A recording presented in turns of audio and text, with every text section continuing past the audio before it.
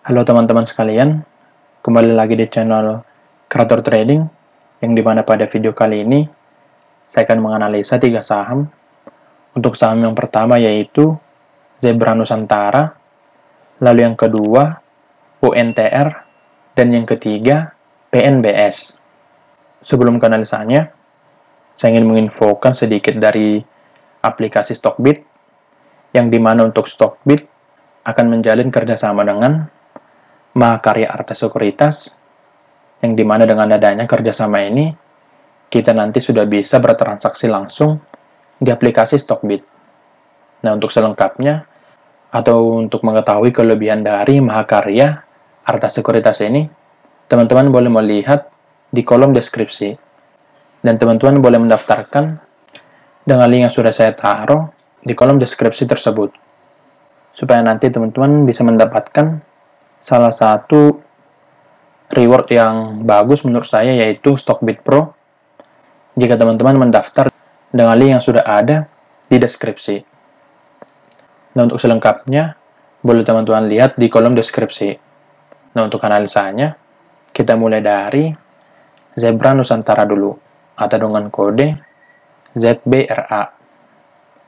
Nah, untuk Zebra di sini, untuk pergerakannya, untuk pergerakan harga di sini sedang bergerak sideways, yang dimana setelah mencapai supportnya di sini, harga bergerak naik, dan setelah mencapai resistennya, harga bergerak turun di sini. Nah, kemungkinan untuk Zebra, karena hampir mencapai supportnya di sini, kemungkinan nanti bisa turun sampai ke supportnya di sini, lalu mulai bergerak mendatar di sini. Seperti di sini, boleh kita lihat historisnya. Setelah harga bergerak turun, mencapai support, harga bergerak mendatar dulu di sini, sebelum melanjutkan naiknya sampai ke resistennya. Nah, kemungkinan nanti untuk Zebra akan seperti itu, akan bergerak mendatar nanti di support ini, lalu nanti bisa bergerak naik lagi sampai ke resistennya. Nah, akan tetapi tetap memperhatikan untuk pergerakan harga apabila nanti bisa breakdown untuk support yang di sini, yaitu di harga 840 dan juga 870. Karena di sini masih kuat untuk turun, boleh kita lihat pergerakan turunnya, tidak seperti sebelumnya di sini. Pergerakan turunnya langsung turun dalam 2 hari di sini. Saya ubah dulu ke daily. Nah, boleh kita lihat di sini untuk pergerakan turunnya hanya memerlukan waktu 2 hari. Tidak seperti sebelumnya di sini, memakan waktu yang cukup lama di sini, kira-kira sampai mencapai supportnya sampai 32 hari. Nah, dan di sini boleh kita lihat harga untuk bergerak turun sampai ke supportnya memerlukan waktu 2 hari saja. Jadi boleh kita simpulkan untuk pergerakan Zebra sangat kuat untuk turun. Akan tetapi ada halangan di sini, yaitu support yang di sini. Nah, jika nanti tidak mampu breakdown untuk supportnya, maka untuk Zebra bisa nanti bergerak sideways dulu, lalu nanti melanjutkan naiknya. Akan tetapi jika nanti bisa di breakdown, maka untuk Zebra akan bergerak turun sampai ke sini. Di harga, atau saya tarik menggunakan Fibonacci, saya tarik ke sini, ke sini. Nah, kira-kira turunnya bisa nanti sampai ke sini, yaitu di harga, sebentar, di harga 560 sampai 675. Nah, jika nanti bisa breakdown untuk supportnya ini, maka untuk Zebra bisa nanti bergerak turun sampai ke sini. Nah, kan tetapi seperti yang tadi, jika tidak di breakdown, maka untuk Zebra bisa nanti bergerak naik secara jangka menengahnya sampai ke resisten trendline ini. Atau untuk jangka pendeknya, bisa nanti naik sampai ke sini dulu, di harga, sebentar, 970. Nah, di sini. Ini juga menjadi resisten nantinya, yang bisa menahan harga jika nanti mulai bergerak naik. Nah, jika nanti pada saat bergerak naik, semisal harga sudah bergerak naik, dan bisa breakout untuk resisten yang di 970 ini, maka untuk zebra akan lanjut bergerak naik sampai ke sini, yaitu di harga, sebentar, di harga 1065 sampai di sini, di harga 1125. Nah, sebaiknya nanti memperhatikan untuk zebra secara jangka pendeknya, yaitu kedua support yang ini, dan juga resisten yang di 970. Jika bisa breakdown untuk supportnya, maka akan turun ke area yang di sini, di harga 560 sampai 675. Tetapi jika tidak di breakdown, maka untuk zebra bisa nanti bergerak naik sampai ke resistennya dulu, yang di sini, yang di harga 970. Dan jika nanti bisa breakout untuk 970 ini, maka untuk zebra akan melanjutkan naiknya sampai 1065 dan juga 1125. Nah, sebaiknya nanti memperhatikan untuk area-area yang tadi. Lalu untuk saham yang kedua yaitu United Tractor, ada dengan kode UNTR. Di sini saya menggambarkan sebuah demand yang ini di harga 18.500 sampai 19.025. Nah, boleh kita lihat di sini, setelah harga mencapai demand-nya, harga langsung bergerak naik. Nah, sebentar sebelum ke situ, untuk area demand-nya tadi jika kurang jelas, boleh teman-teman lihat di sini, yang berwarna biru ini. Nah, kita lanjut. Nah, dan juga setelah mencapai area supply-nya di sini, saya tarik sebuah area supply di sini. Nah, boleh kita lihat setelah mencapai supply, harga mulai bergerak turun di sini. Dan juga setelah mencapai supply ini, harga bergerak turun ke area demand lagi, dan setelah mencapai demand, mulai ada pergerakan naik di sini. Nah, menurut saya untuk UNTR, bisa nanti lanjut bergerak naik sampai, saya geser dulu untuk supply-nya, sampai ke sini. Untuk target max-nya di sini dulu. Nah, kemungkinan untuk UNTR bisa nanti bergerak naik sampai ke sini. Atau di sini dulu. Nah, saya buat targetnya di sini. Karena untuk UNTR berpotensi membuat pola head and shoulder. Yang dimana untuk left shoulder-nya di sini.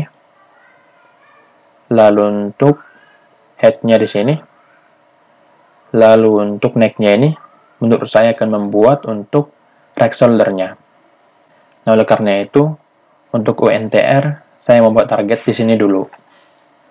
Karena kemungkinan setelah mencapai area ini, di harga 20.175 sampai 20.375, kemungkinan untuk harga bisa nanti bergerak turun. Nah, kan tetapi, jika nanti pada saat bergerak naik, harga lanjut bergerak naik sampai ke sini, sampai ke atas ini, berarti untuk head and shoulder-nya tidak akan terbentuk. Karena tinggi dari right shoulder-nya tidak valid lagi, sejajar dengan left shoulder-nya di sini. Nah, kan tetapi jika nanti valid, untuk gambarannya nanti kira-kira begini. Saya gambar lagi, left-nya di sini, untuk head-nya di sini, lalu untuk right shoulder-nya nanti kira-kira di sini. Nah, jika nanti seperti ini, harga bergerak turun sampai ke area demand lagi setelah mencapai area yang tadi yang di sini. Harga bergerak turun lagi, dan untuk validnya terbentuk head and shoulder, harga harus bisa breakdown untuk neckline-nya di sini. Yang dimana untuk neckline-nya ini menjadi support di sini. Nah, nanti akan saya update untuk head and shoulder-nya apakah terbentuk atau tidak. Dan untuk sekarang di sini dulu.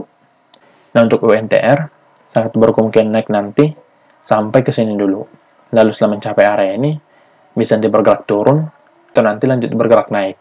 Jika nanti lanjut bergerak naik, berarti untuk UNTR akan lebih dominan ke pergerakan yang sideways. Nah, saya tarik lagi di sini. Jika nanti untuk UNTR, saya tarik saja yang baru. Sebentar.